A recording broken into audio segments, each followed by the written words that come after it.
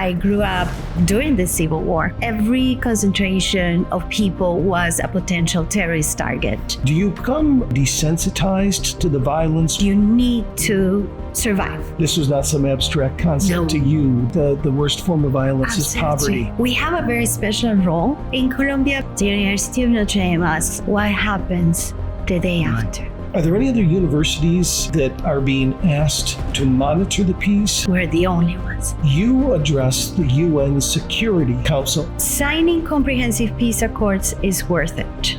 What are the basic lessons that you learned? We need to stop the violence, but we need to build peace. We're playing a part in trying to heal those wounds. No, I think it's a very beautiful Notre Dame story.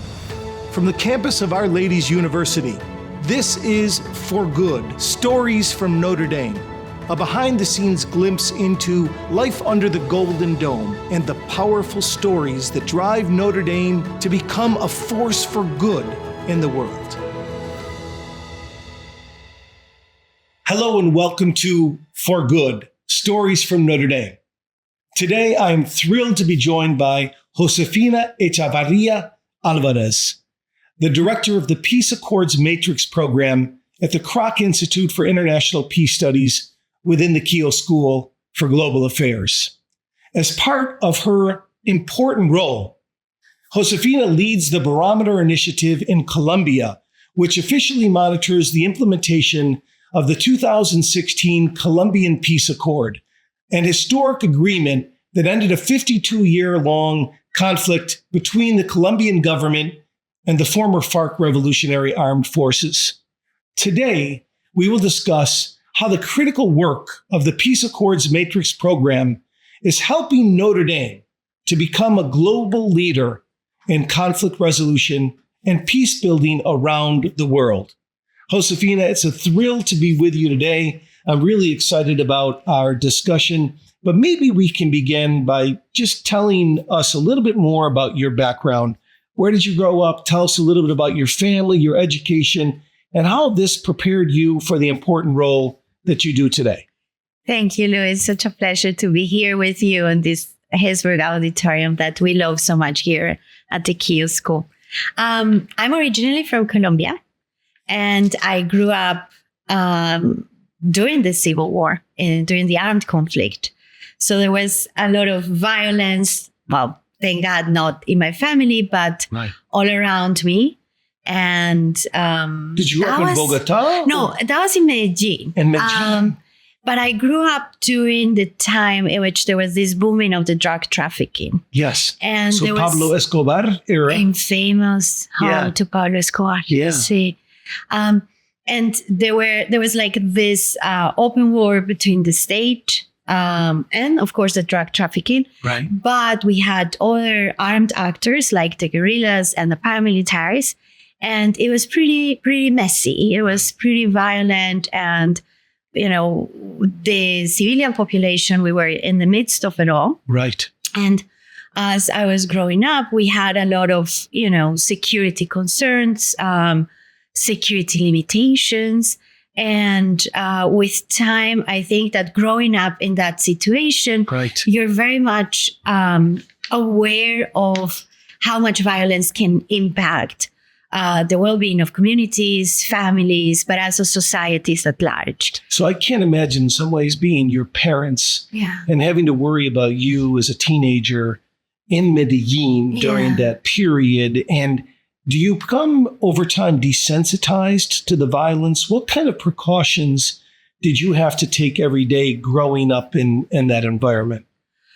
Well, I think not necessarily that you become desensitized, but there has to be a level in which you need to survive. Right. And you need to go about your daily business as if you were living in a much more peaceful situation. Right. So it's not that you stop perceiving violence and feeling violence and seeing it, but you just see it and you have to, you know, kind of like very quickly be back, center yourself, and be willing to move forward.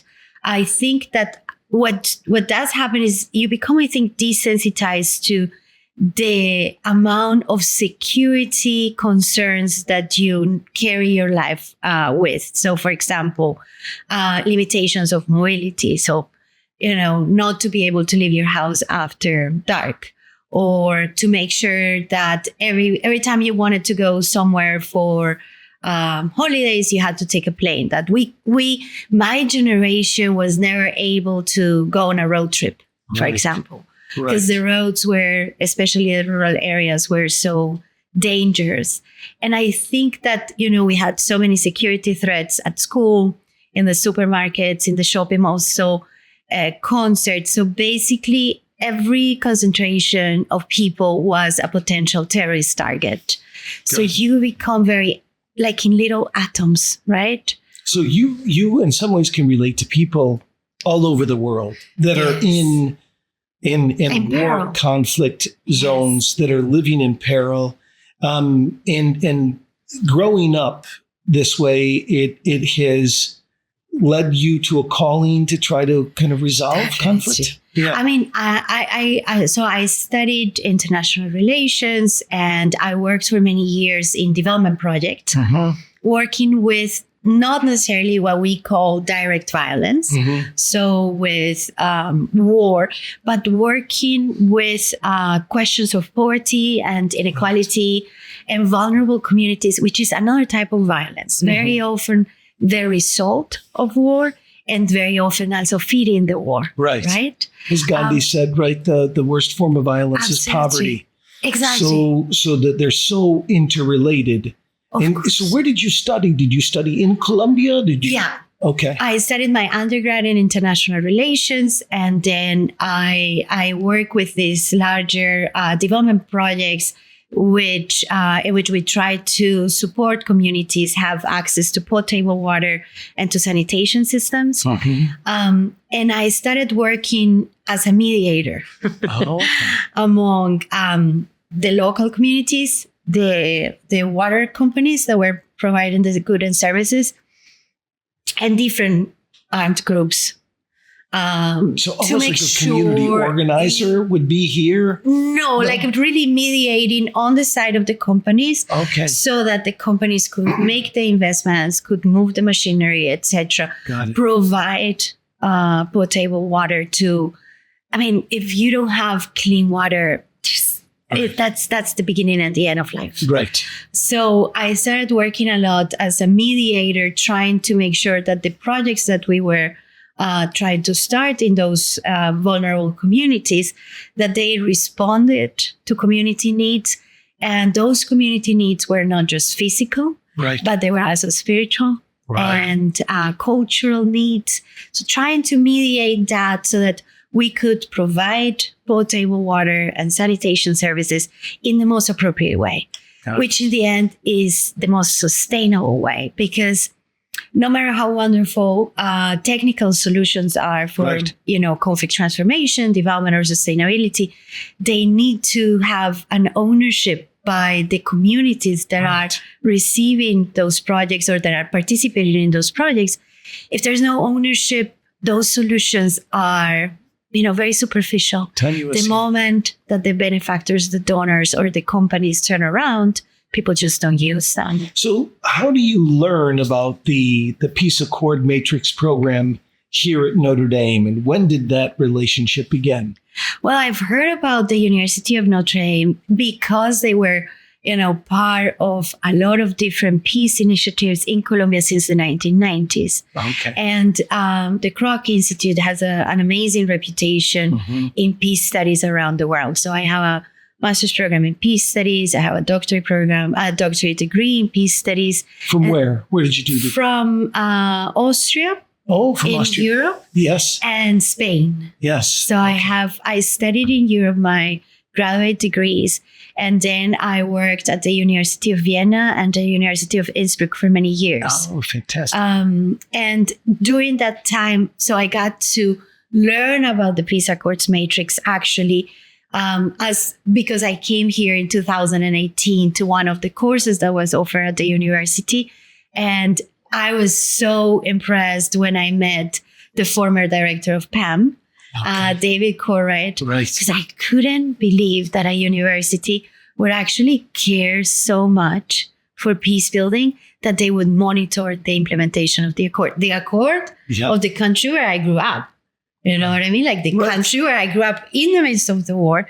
We signed a historic comprehensive peace accord in 2016 between the government and the major guerrilla group. Yeah. And the university received a mandate to monitor the implementation of the accord.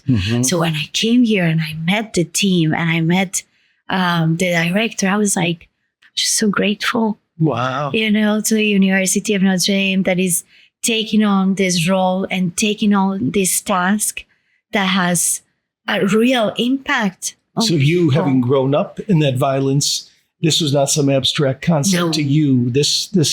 You felt the impact on a daily basis. So let me ask you, if you were to describe it, some people have accused me of being impatient. It's completely unfounded. I hope nobody in my family watches this except for my mother, so they would contest that immediately. But one of the things about the Peace Accord Matrix, and I'd like you to talk more about it, is it began like over 20 years ago with fundamental research that it took a long time to get to a point before it were useful. Sometimes we get frustrated that basic research takes a long time before it can be applied. Tell us a little bit, give us an overview of the Peace Accord Matrix, its scope and its impact. No, I think it's a very beautiful Notre Dame story because the Peace Accords Matrix was actually founded by John Darby, who was a professor here at the University of Notre Dame, originally from Northern Ireland, who had actually gone through the Troubles in the 1990s. And now there's this wonderful peace accord, the Good Friday Agreement, signed in 1988. And John Darby was teaching students here at Notre Dame about not just the Good Friday Agreement, but starting to compare the Good Friday Agreement with many other comprehensive peace accords of the 1990s. So you have the Good Friday Agreement, you have the Dayton Agreement, which was signed very close from here, right? Yes. And then the war in Bosnia and Herzegovina. So we have the peace accords in Salvador, Guatemala, South Africa, all these amazing Chile. Peace accords in the 1990s. And he started teaching his students here at Notre Dame in comparative politics how each of those accords was not just designed, but how they were implemented. And I think that that's the difference when you look at PAM in relation to other research projects around the world when it comes to peace accord. PAM being Peace Accords Matrix. The Peace Accords Matrix. We look not only at how the peace accords are designed, so how do you write the provisions? How do you make commitments, let's say, for women's rights, for linguistic rights, for power sharing? But we look at the way in which they are implemented. So how do the commitments in a piece of paper actually are brought to reality? Good. So you have how many roughly in PAM or the Peace Accords Matrix, how many peace accords agreements with all of their strengths and weaknesses, how many are in this matrix roughly? Well, over 50? 34. 34. We have 34 that we study and that we follow from day one of implementation, which is the day after the signature. So it's funny, right? Because we have a lot of attention that is geared towards negotiations. If you think how many images you have of people sitting at the table and then signing these accords, the University of Notre Dame asks, what happens the day after? So it's not just so over these 34 peace accords that you have studied and that you have followed to see how efficacious they've been over time. What are the basic lessons that you've learned? So when you're talking to a country that is about to go into a peace accord, what are you saying? These are must-haves. there are a few must-haves that we've learned by looking at the way these 34 peace accords have, developed for a period of 10 years. We always look at 10 years. Yeah. And one of them is signing comprehensive peace accords is worth it. Mm-hmm. So there are many peace accords that we call partial. Mm-hmm. So, for example, there are peace accords to agree on a ceasefire, which is simply stop the fighting. Right. There are peace accords that are, for example, for the provision of food to certain places. There are other peace accords that talk about leaving the weapons. Comprehensive peace accords are accords that say we need to stop the violence, mm-hmm. but we need to build peace. Uh-huh. Our advice to, conflict parties that are sitting at the negotiation table, mediators, right.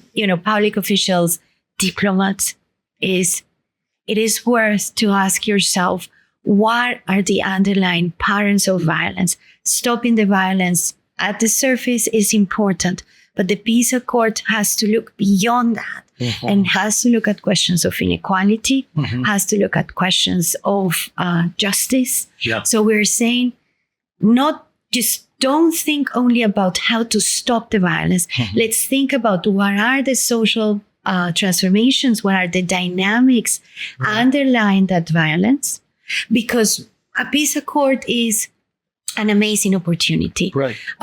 So let's try to include in that peace accords those transformations that at least will help us prevent the next war. So what we want are peace accords that are comprehensive. And by being comprehensive, they will be more resilient and they will be more sustainable. So you're able to pull on this matrix. Yes. And be able to, for example, let's take the conflict right now in the Gaza Strip. Okay.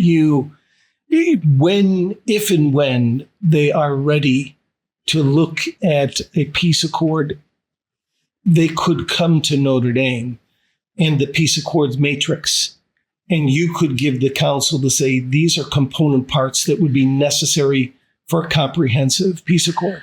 Our specialization are comprehensive peace accords that are signed between governments and illegal armed organizations. Okay. This is a bit of a different conflict dynamic than if you have an international conflict. Okay. In a national conflict, you normally have a state apparatus, mm-hmm. a government that is being challenged right. for whichever reasons by an illegal armed organization.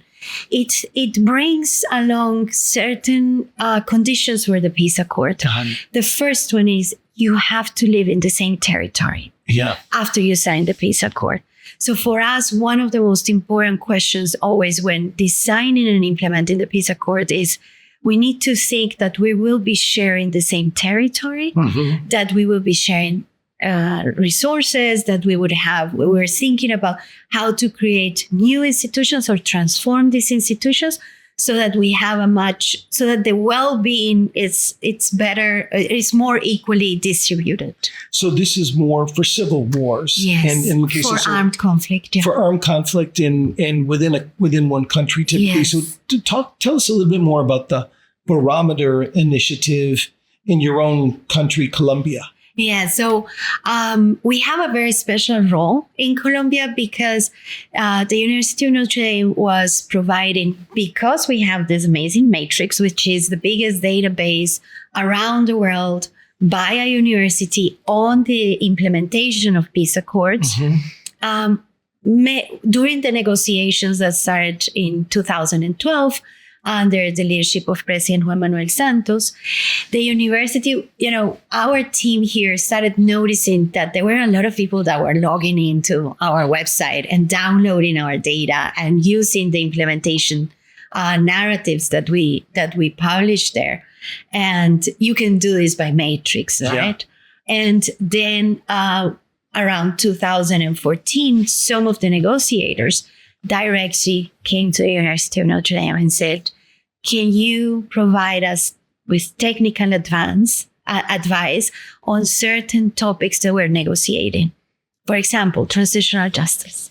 So University of Notre Dame, using, of course, not only the research and the teaching of many years here, in our center, but also looking at PAM at the Peace Accords matrix Right. would say, the most, efficient and the most productive mechanisms for transitional justice are when you're able to make hybrid and combined mechanisms of transitional justice inclusive in your peace accords. Right. So you have courts, but you also have truth commissions. You also have looking for the disappear. So we started giving them technical advice based on the research that we have on PAM, but making it very direct. Right. You can tell people this is what has worked in other contexts. This is what has not worked in other contexts. Right. And of course, you provide that technical advice in a way that is opportune and in a way that is precise. So would it be fair to say that Notre Dame played through the Peace Accords matrix and you and your team a critical role in resolving the 52-year civil war in Colombia? I think it is fair to say that we have been recognized by the signatory parties of the accord as providing a pivotal So role there. when President Santos won the Nobel Peace Prize, my understanding is he spoke about the Kroc Institute and not only the counsel that you provided in coming up with the most comprehensive peace accord ever, but also they, for the first time ever, came to Notre Dame, the first university in the world, and asked you and your team to monitor the peace process. Is that accurate? Yes. Yeah. So one of the other pieces of advice that we have for, not only the Colombian negotiations, but many other negotiations around the world is we see that the accords that are actually monitored by a third party have a much higher level of implementation. Okay. So imagine two conflict parties that were, fighting for over 50 years. They come to a negotiation table. They can agree on a text. They sign that text. But then, the implementation starts and they need someone that is impartial, that doesn't take any political sides, Right. that is able to work with evidence-based research, collecting information, doing everything in a very rigorous scientific way Right. to tell them how is implementation going. Got it. So we realized if you look at PAM and we start looking at those better rates of implementation, we have that the difference between accords that do not have a monitoring system of implementation and accords that have it is around 47%. Wow. That's the difference of success rate. Wow. So we tell the negotiators in Havana, you need a good monitoring system. The best monitoring system is when you're able to engage third parties to provide that information so that you can keep each other accountable, Right. but you also provide much better information for coordinating programs. You also provide much more transparent information for civil society. So victims organizations looking at the implementation of the accord saying, I want to know how are the provisions on victims' rights going or on land rights. And in that moment, the negotiators in Havana said, the University of Notre Dame has been a trusted organization, institution that has provided really great technical advice. We also trust the team personally. So that's where having been in the country for over 20 years is quite important. We have a great alumni network in Colombia. And they say, we're actually going to give the mandate to monitor the implementation of the peace accord to the University of Notre Dame. So this is what we do with the Barometer initiative. We look at, based on the commitments of the accord, we have a matrix that has over 500 commitments. Wow. And we say, if you fulfill these 578 commitments, you would have implemented the peace accord entirely. So we do that in real time. We're going to tell you what are the commitments that are starting to be implemented and what is going well, what is the progress that we're seeing. Maybe what are the bottlenecks? Why aren't these commitments really advancing as much as we need them to? And we provide also advice by highlighting opportunities to improve implementation. Yeah. We then present this to the public, we present it to the signatory parties, we present them to international community, who then can make better decisions about what to support, what is lagging behind that we want to see realized. So this has been highly publicized. It was featured in President Santos' address upon receipt of the Nobel Peace Prize. And then recently, and one of the just a tremendous honor and opportunity for you addressed the UN Security Council. I mean, I remember everybody here at Notre Dame was blown away and swelling with pride as you addressed this esteemed collective. What did you talk to them about, and how incredible was this opportunity for you and the team? I mean, for us, it was a great honor. It was in October, so after the war in Israel and Gaza had started, and Brazil, who was one of the non-permanent states of the Security Council, had this open debate about peace through dialogue. Peace through what? Dialogue. It's right, dialogue. Okay. And they invited us to brief them on peace accords. And so this was an amazing opportunity because we were able to say something that maybe is quite intuitive, right? And is that you can only provide sustainable solutions for conflict transformation through dialogue, negotiation, and peace accords. And so we went there. We had a moment with all members of the Security Council, and we said, we know that these arrangements at the regional level have actually been able to help us overcome a lot of civil war, internal armed conflict, and they are sustainable.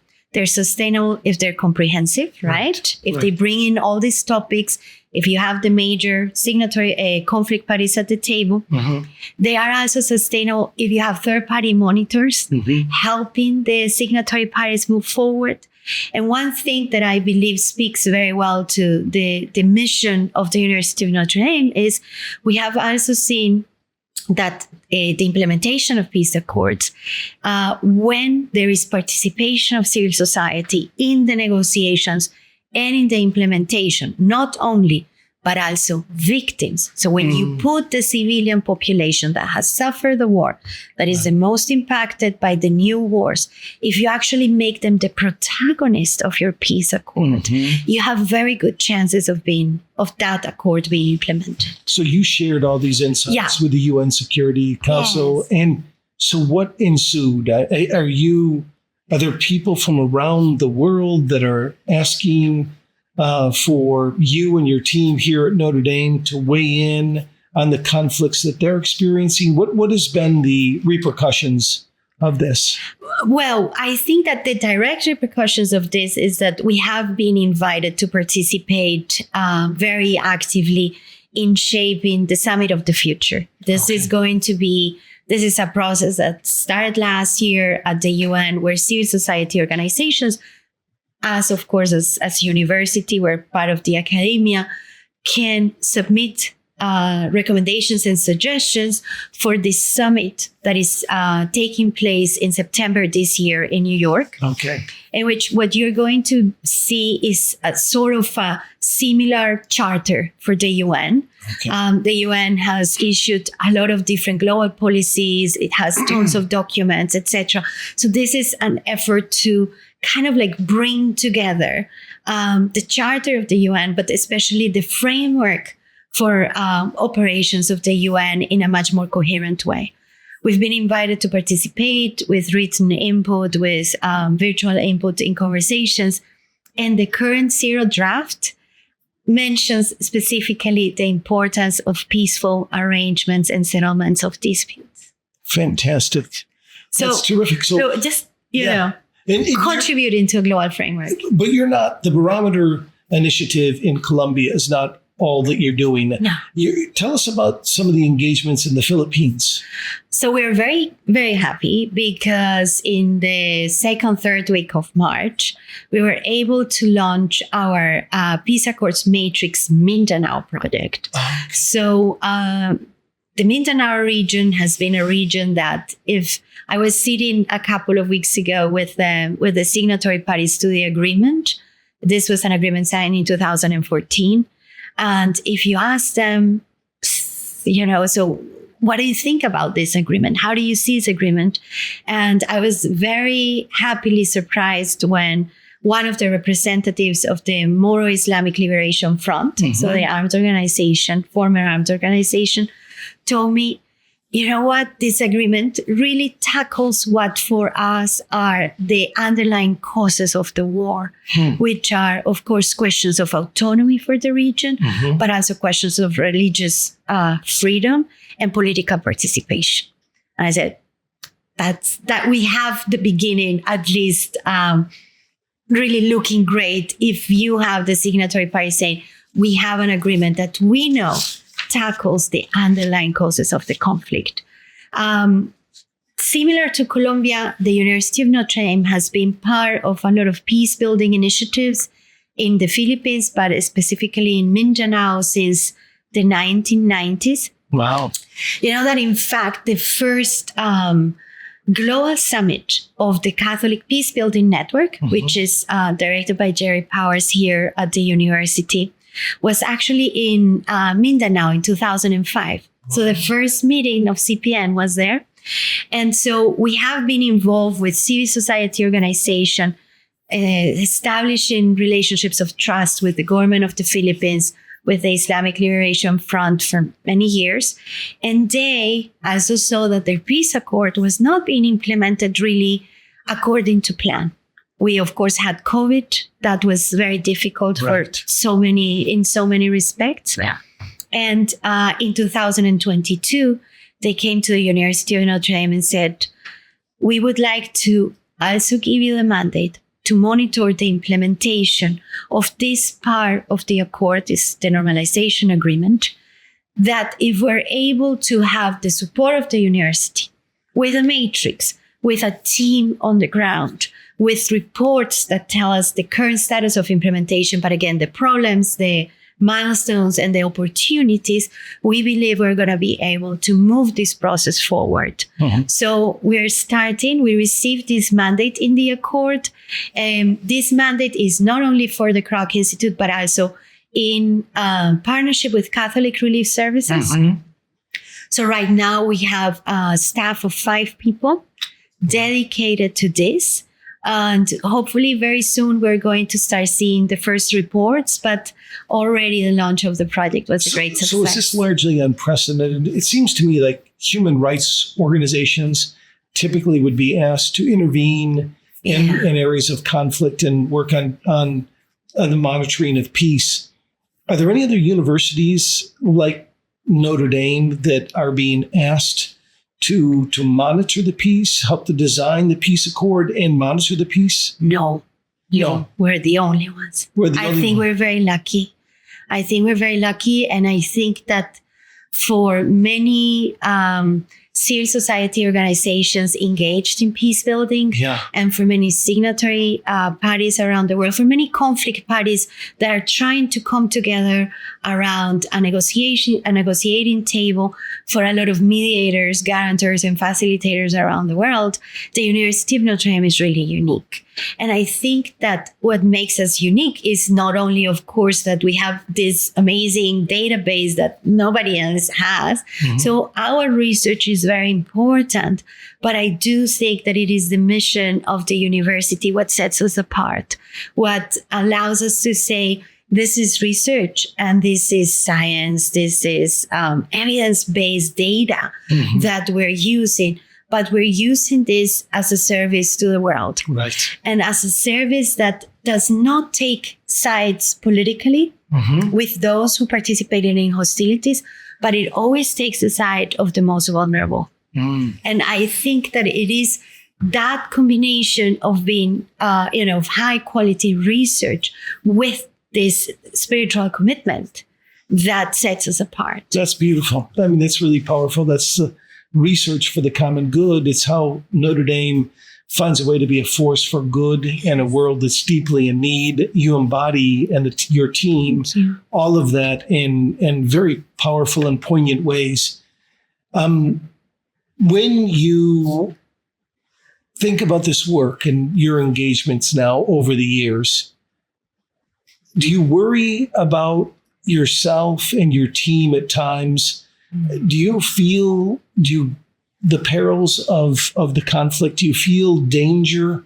And in some cases, I mean, you're sitting at the table, these issues, you have parties that have been at war with each other over many years, and they've done horrific things to one another. As you and Notre Dame inserts themselves in the middle, I mean, help us to understand, for those of us from the outside looking in, do you feel the danger? Does it feel proximate at times? Yes. Let me tell you a little bit about my team in Colombia. We have over 35 people on the ground. Okay. So the University of Notre Dame in Colombia it has a huge team. We have teams that are, of course, here we have around 11 people, faculty and staff who are absolutely outstanding and extraordinary here in South Bend. And our team in Colombia has a slight different profile. Here we have much more researchers, academics, etc. And in Colombia, we have a team that is it has more of a professional profile, of a technical profile. They are really going to meetings, talking to the victims' organizations, to former combatants in processes of reintegration, talking to the embassies, talking to the governments, national and local, territorial governments, etc. And very often they have to travel in rural areas where the situation of violence, unfortunately, of course, it has improved a lot, but it's not settled. Right. We are now in a phase of development of the Barometer initiative where we are starting to have regional teams. So in more remote territories. So we were last spring break. We were there with a delegation from the University of Notre Dame. Scott Appleby, the dean of the Keele School of Global Affairs, was, of course, part of that delegation. And we started our trip, which was only 1 week. We started going to Medellin, the infamous home of Pablo Escobar, where I grew up. Then we went to the rural territories where we met with our team. We met with civil society organizations for an entire day with implementation agencies. And then we moved to the capital and we met with top leaders in the church, in the government, philanthropists, diplomats, etc. So we had, I think, a very holistic understanding of all the different stakeholders that are important for our monitoring work, but those same stakeholders who are important for peace building to succeed. And so one of the questions that that Scott was asking everyone is so how's the situation? How do you feel 7 years after the peace accord was signed? And I think that for many of the civil society organizations who are in the rural areas, we were very close to the Darien Gap, where you have all this, at the moment, this huge migration crisis.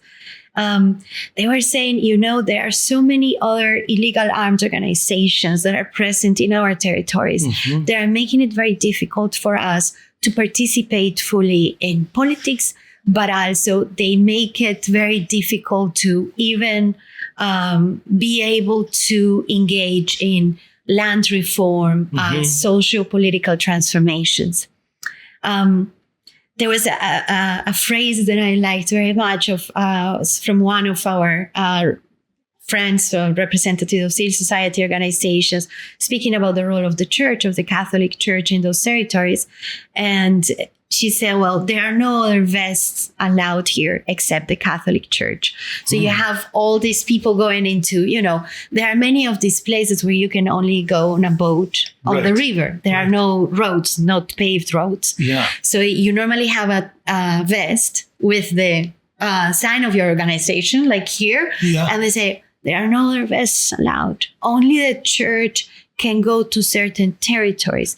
So very often what our team does, our team members does, is work together with the church and make sure that where we're going, we're always in the company of somebody that generates trust and then can help them in terms of their security. Still, with all that, you must worry about your team members. I do worry about them, yes. Yeah, there must be some, they're close to the conflict, and they're trying to bring together parties that have been at odds with each other for years. So one final question that I have, Josefina, is when you look at the position that you're in today, leading a massive team all over the world, and you think back to that young girl growing up in conflict-ridden Medellin, not being able to go out at night, learning the news of neighbors and friends who have become victims of the violence. How do you reconcile where you were then to where you are today? No, I think I feel very glad. I feel really very lucky, very blessed to be in this position. I know that the war leaves a lot of wounds. And I'm very glad that we're playing a part in trying to heal those wounds and trying to reconstruct families, communities, and societies after conflict. I think it's actually an amazing opportunity. It's an opportunity that I take with a lot of responsibility, but I also enjoy it very much. I think is spiritually for me extremely nourishing to work at the University of Notre Dame.